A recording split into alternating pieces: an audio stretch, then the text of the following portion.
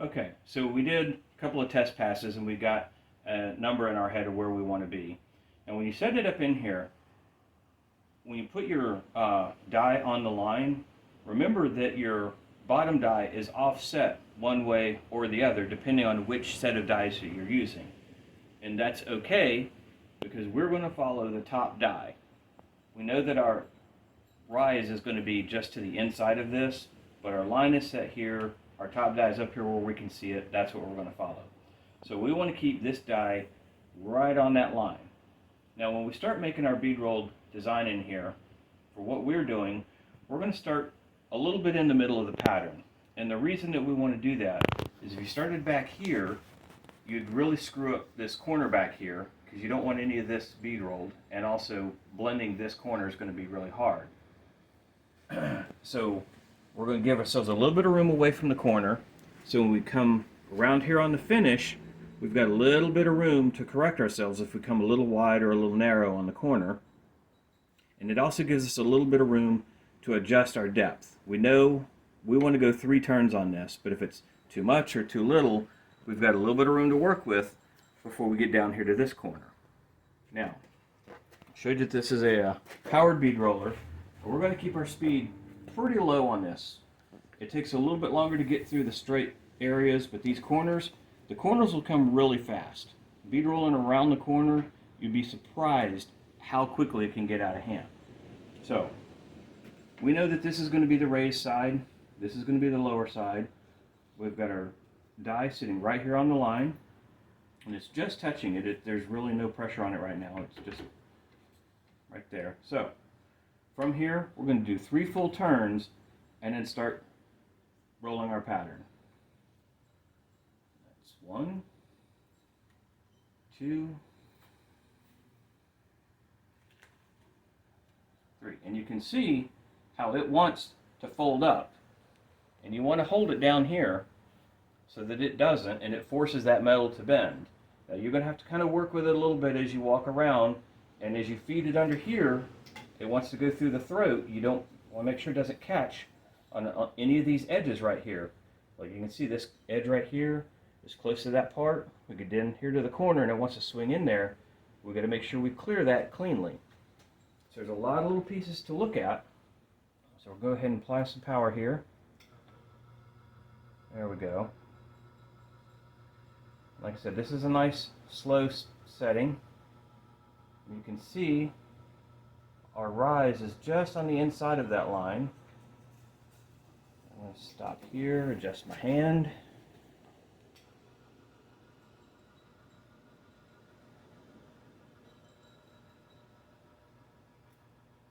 Okay.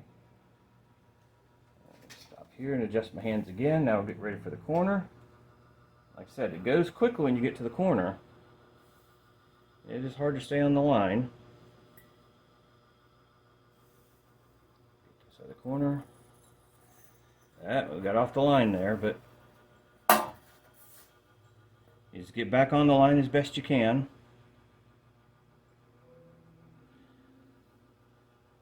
And you don't want to make too many quick movements to get back on your line, because that will definitely show in your final product. If you do a nice even adjustment over the length of the panel, it's a lot harder to detect.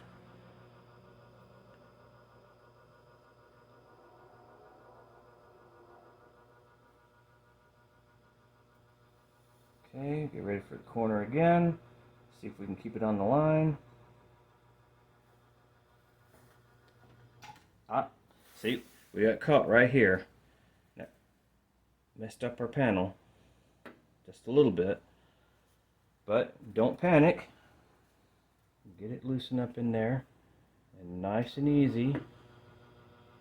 Get back on your line. You should be able to recover it.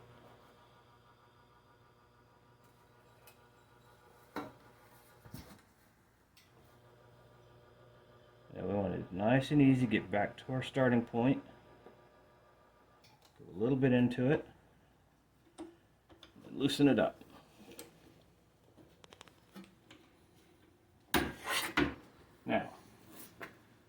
Now we know we made a few mistakes going around it, but when you hold it 4 feet away and clean it up, you're not going to see those mistakes unless you're looking at it real closely. And we can take the ball peen and an anvil and kind of smooth this out a little bit. And once we wash our marker off, people aren't going to know that that's not exactly on the line. But if you get messed up and you try to correct it too many times, you'll get all sorts of wavy lines and bad corners. So we're going to put this on the bench, clean it up a little bit, and then do another test fitting. Cut. Ran this through the bead roller again, just to get a nice roll right along the edge. Had moderate success with it, so we're going to clean it up on our high dollar anvil here. Just going to finish rolling the edge just a little bit. There we go. Alright. Not the world's best. Yeah, we're going to hit that spot right there. My anvil doesn't have a nice clean edge on that side, so. Alright. That looks better. Now, you notice, now that we've bead rolled it, it's got a nice bow to it. So we're going to lay it on the bench, try to flatten it a little bit more.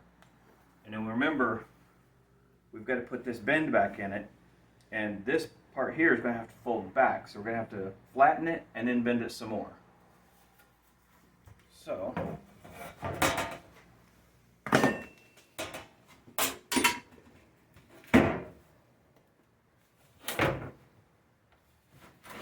anytime you bend the metal, bead roll it, put ridges in it, you stretch it and bend it. It wants to bend its own way.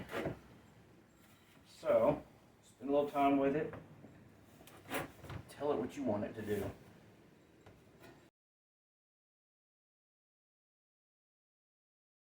I have to clean those up with the body hammer just a little bit more. I don't like that raised part right there, but we're not going to film that. It's just going to take too long to do that.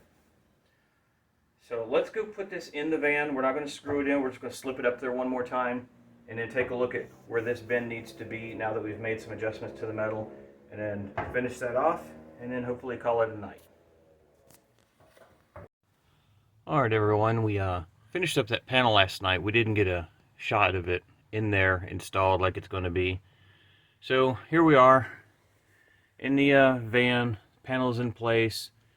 We got that bend put in there. You can see there's a little bit of a gap over there under that edge right there, but we can put a panel behind that, fill in that spot. Like I said, there's going to be a headliner that goes across the top where the light is. All in all, not too bad. We're going to take it back out a little bit later, smooth up some of the edges on the bottom, and then paint it. We'll paint both sides, probably a nice matte black, make them blend in real well up there.